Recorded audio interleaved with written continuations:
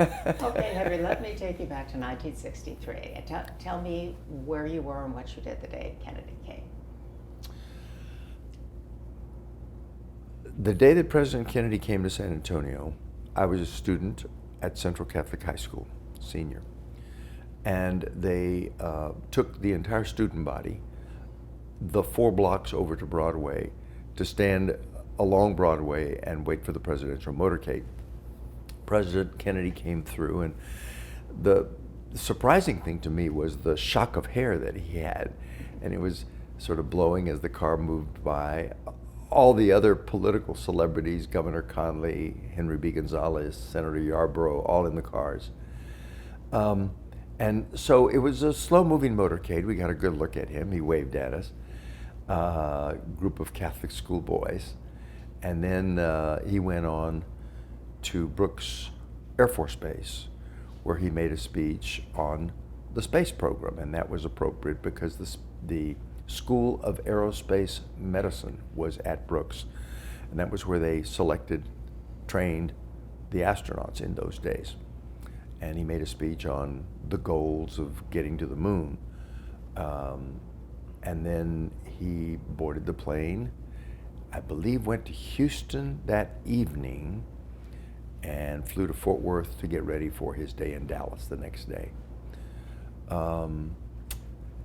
We were in math class at 1 o'clock, just after lunch, when the word came over the loudspeaker that the president had been shot. We were all, of course, shocked, but hopeful.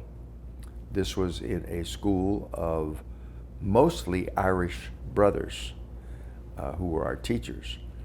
And they were more than shocked. They were angry. They just felt like the first Irish Catholic president was being attacked. About 45 minutes later, they came back on the speaker and said, the president has died. And school was dismissed. And I remember the brothers really, really, really angry. And so we were dismissed, and I walked from the school. Central Catholic is just north of the downtown to catch the bus to the west side. And it was a somber walk because the city had basically withdrawn. There was nobody on the streets, not a lot of cars, and anytime you saw a person, they were clearly concerned. Didn't know whether this was a plot to assassinate more at the same time, or even a hostile attack from another nation. But President Kennedy meant a lot to us. President Kennedy meant a lot to a person like me because, as I say, I was in a school of Irish Catholic brothers who were teaching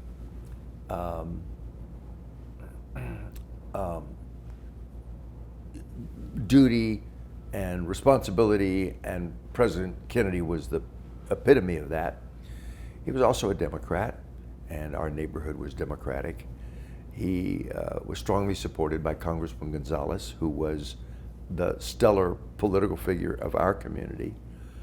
And I remembered as an 8th grader, now this is 4 years earlier, in grade school, preparing to go to high school, 8th grader, remembering wrote an essay on the issues related to being Catholic and being in public life. It was an issue in those days.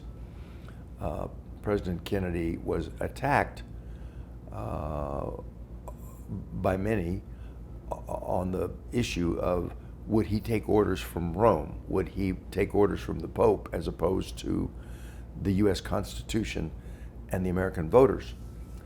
And it was a serious enough issue that he had to speak to it. He made a speech in Houston to the Baptist Convention, basically drawing the logic of how he would separate his views as a Catholic and as a president. And so we were learning about him that long ago, that early on. And so this was a great blow. I have been motivated by President Kennedy all my life, like many people my age. I think we were all entranced with his youth, his vigor, his optimism. I have a copy of his inaugural address here on the wall in our library. And, his admonitions to this generation to take up the responsibilities of the previous generation. The previous generation was personified by President Eisenhower, his predecessor, who had been a commander in World War II. He was the commander at D-Day.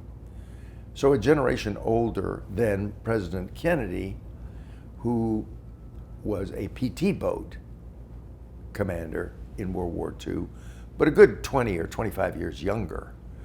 So here was the president we were accustomed to in his 60s, and then a 42-year-old man got elected president of the United States.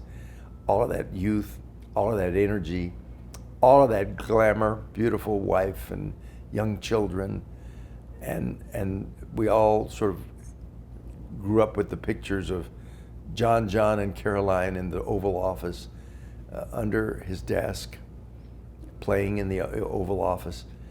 To have all of that Camelot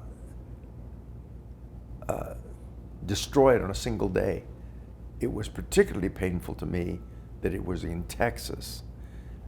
And I've never really gotten over or forgiven Dallas, even after all these years, as a rational person who should know better. But I always associate that moment, that day, with the hatred that was Dallas at that point. They had a white citizens council that was calling for boycotts and protests against the president for his inclusive policies on race. Called him a socialist, called him a communist. It was some of that anger that I'm sure motivated the vitriol that resulted in the assassination. So this was a very, very difficult time, and a blow to all of us. President Johnson converted the death into a crusade, a cause, and was able to get a Civil Rights Act that wasn't going anywhere, education initiatives, voting initiatives, and others, which became the Great Society. And he was elected in his own right in 1964. But I think we all felt a special connection to President Kennedy. He selected a Texan to be on the ticket with him. That spoke to his understanding of the importance of Texas.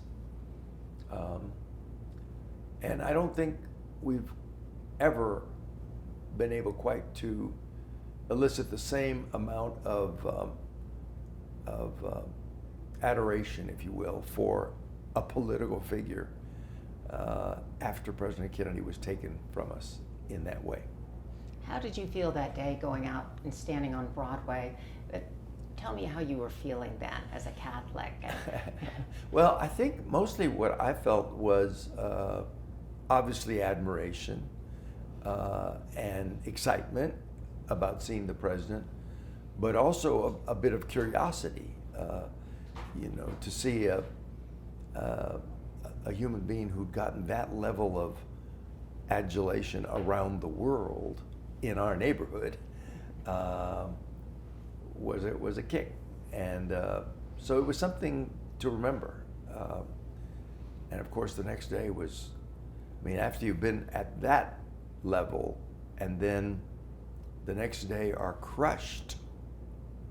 We saw him just yesterday. Not everybody in the country had a chance to see him, much less see him the day before, much less understand that his last 24 hours was amongst us, and then he is shot in the brutal way that he was, literally a bullet to the brain. in our state. How important was it for San Antonio for him to come here?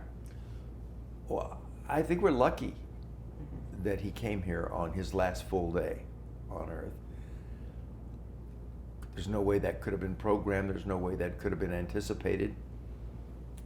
But we're lucky in the sense that we did get to see him. And we saw him in the last moments of his life. And he was more than just a charismatic figure.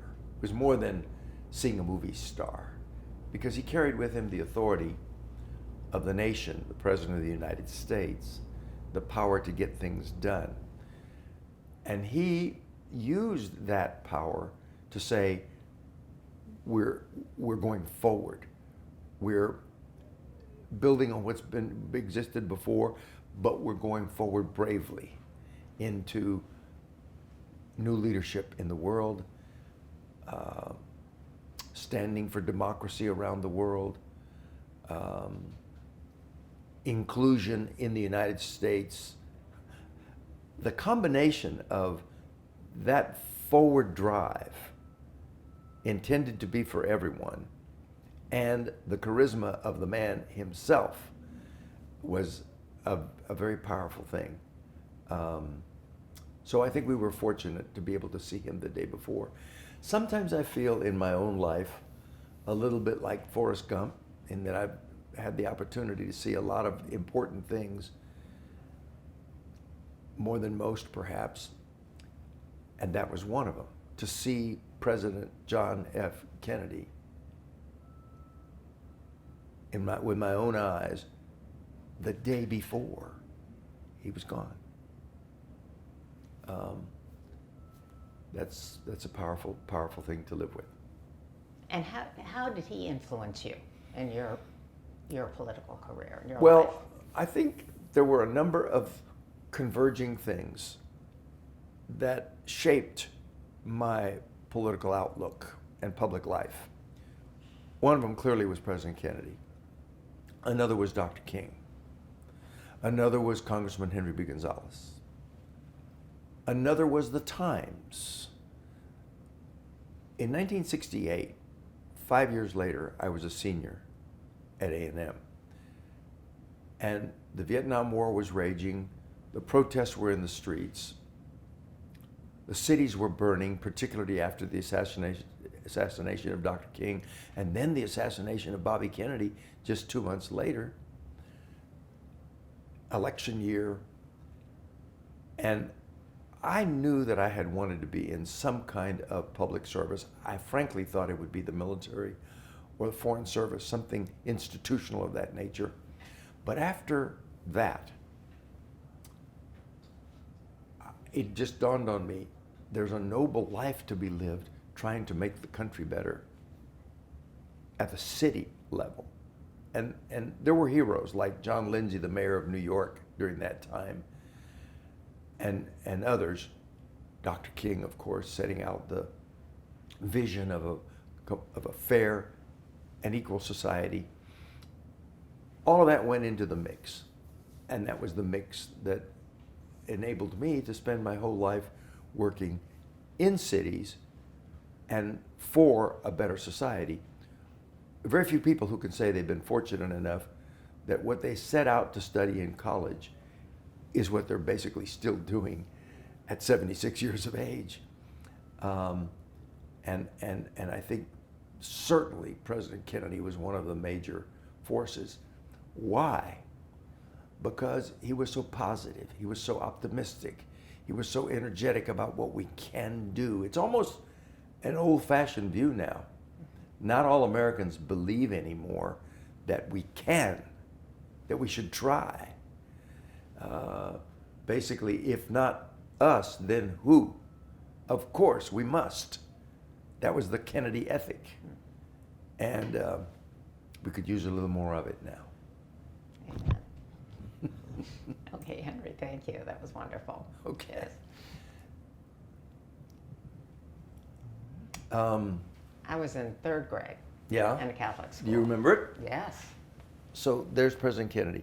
That bust I got when I was in graduate school. I couldn't afford it, but I got it anyway. And it was the start of getting the rest of these.